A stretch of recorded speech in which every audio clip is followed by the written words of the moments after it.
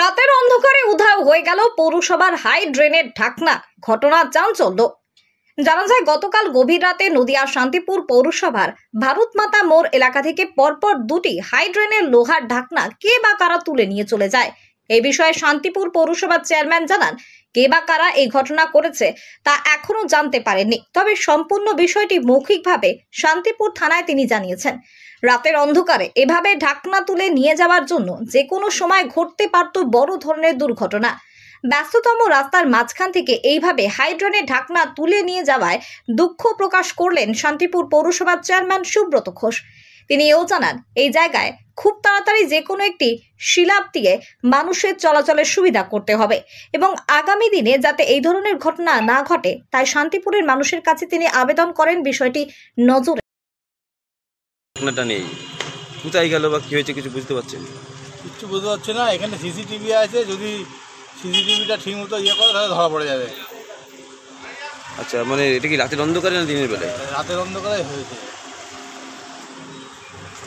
মানুষের তো চলাফেরার অসুবিধা হচ্ছে। মেন জায়গা না, মেন জায়গা, মানুষের চলাফেরা আর এমার্জেন্সি ব্যাপার, কোনো বাচ্চা কাছে যদি পড়ে যায়। তো শান্তিপুর পৌরসভা থেকে এসেছিল? হ্যাঁ, পৌরসভা থেকে ঠিক বলতে পারলাম না, কয়েকজন এসে এরকম ছবি, এরকম ক্যামেরায় ছবি তুলে নিয়ে গিয়েছে। এটা কবে ঘটেছে? রাত্রিতে বলছে, কালকে রাত্রে। জায়গাটার নাম কি? ভারত মাতার মোড়। আপনার নাম? আমার নাম হচ্ছে দেবাশিস দে। আপনার দোকানের সামনে যে ঘটনা? আমার দোকানের সামনে। বিষয়টা হচ্ছে পৌরসভার যে এই উন্নয়ন কিছু মানুষের সহ্য হচ্ছে না। এই যে সার্বিকভাবে আজকে বিভিন্নভাবে পৌরসভা মাননীয় মুখ্যমন্ত্রীর যে পরিষেবা আমরা চেষ্টা করছি 24টা ওয়ার্ডেই সার্বিকভাবে যাতে দেওয়া যায়। আজকে বিভিন্নভাবে দেখছেন এই যে ম্যানহোলের ঢাকনা রাতের অন্ধকারে কে বা কারা নিয়েছে জানি না, তাদের কি উদ্দেশ্য। আজকে যদি ওখানে একটি ছোট বাচ্চা বা কোনো একটা কেউ পড়ে যায় তার পরিণতিটা কি হবে, সে দায়ভার কে নেবে? তাহলে তো সেই মানুষগুলো আজকে একটা কাজ যেরকম করতে হবে সাধারণ মানুষকে। আমি আপনাদের চ্যানেলের মাধ্যম দিয়ে মানুষকে আমি অনুরোধ করব, আপনারাও এগিয়ে আসুন।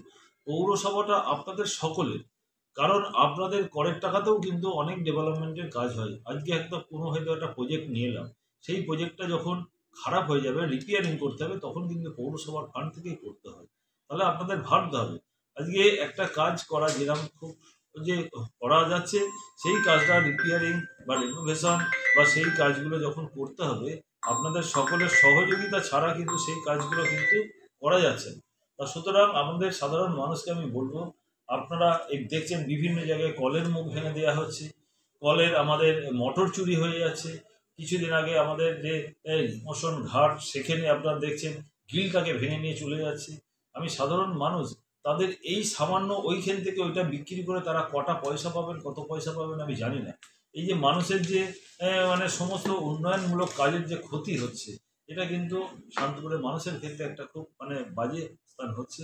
আমি সকলের কাছে আমি অনুরোধ করব, আসুন আপনারা সকলে মিলে একসঙ্গে যাতে শান্তিপুরের যে সার্বিক উন্নয়ন সকলে মিলে আমরা যাতে করতে পারি, এবং এই রক্ষণাবেক্ষণও কিন্তু আমাদের সকলকেই আমাদের দেখতে হবে। কারণ সারা শান্তিপুরে সিসিটিভি দিয়ে মুড়িয়ে দেওয়ার ক্ষমতা পৌরসভার নেই, এবং পৌরসভার সেই ম্যান পাওয়ার নেই যে রাত্রিবেলা নাইট গার্ড দিয়ে সারা শান্তিপুর তারা টহল দেবে।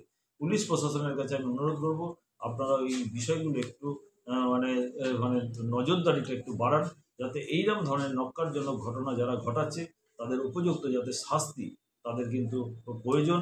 কারণ তা নাহলে এরপরে আরও কিছু ঘটনা ঘটাবে। আমি সকলের কাছে অনুরোধ করব, পুলিশ প্রশাসনের কাছে অনুরোধ করব, আপনারাও বিষয়টা একটু। কালকে এটা কি তাহলে চুরি হয়েছে বলে মনে করছেন? হ্যাঁ, ম্যানুয়ালি ঢাকনা চুরি হয়েছে বলে মনে করছেন?